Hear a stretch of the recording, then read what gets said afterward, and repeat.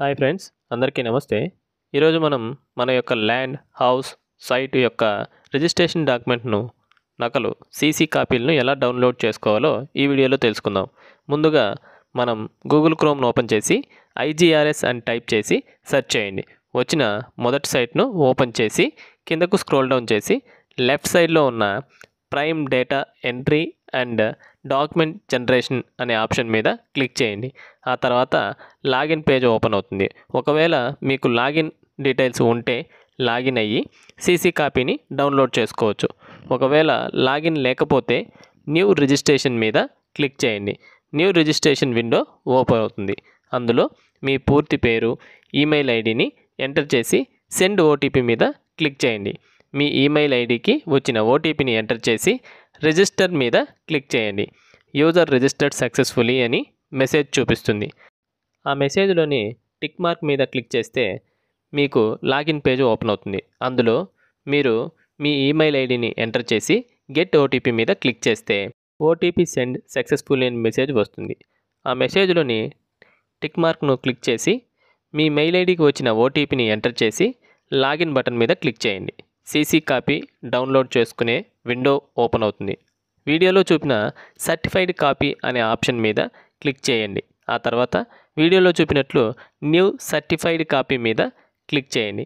ఆ తర్వాత మీరు మీ district sub register office link document number మరియు రిజిస్ట్రేషన్ ఇయర్ను డీటెయిల్స్ ఎంటర్ చేసి గెట్ డీటెయిల్స్ మీద క్లిక్ చేయండి. మీరు ఎంటర్ చేసిన డాక్యుమెంట్ యొక్క డీటెయిల్స్ను చూపిస్తుంది. కిందకు స్క్రోల్ డౌన్ చేసి సీసీ రిక్వెస్ట్ అనే బటన్ మీద క్లిక్ చేస్తే సీసీ రిక్వెస్ట్ సేవ్డ్ సక్సెస్ఫుల్లీ అనే మెసేజ్ చూపిస్తుంది. ఆ వచ్చినటువంటి మెసేజ్లోని టిక్ మార్క్ మీద క్లిక్ చేస్తే సర్టిఫైడ్ కాపీ లిస్ట్ ఓపెన్ అవుతుంది.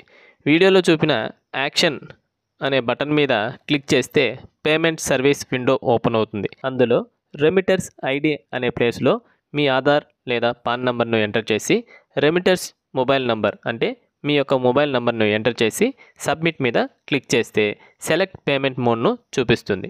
అందులో ఆన్లైన్ పేమెంట్ మీద క్లిక్ చేయండి. ఆ తర్వాత మీకు డిఫరెంట్ పేమెంట్కి సంబంధించిన ఛార్జెస్ను చూపిస్తుంది. అందులో ఎస్బీఐ అనే ఆప్షన్ మీద క్లిక్ చేసి యూపీఐ అనే ఆప్షన్ మీద క్లిక్ చేయండి. ఆ తర్వాత మీరు యూపీఐ ఐడి లేదా క్యూఆర్ కోడ్ ద్వారా పేమెంట్ను చేయవచ్చు. అయితే ఈ వీడియోలో నేను క్యూఆర్ కోడ్ ద్వారా పేమెంట్ను కన్ఫర్మ్ చేస్తున్నాను. మీకు ఒక క్యూఆర్ కోడ్ను చూపిస్తుంది.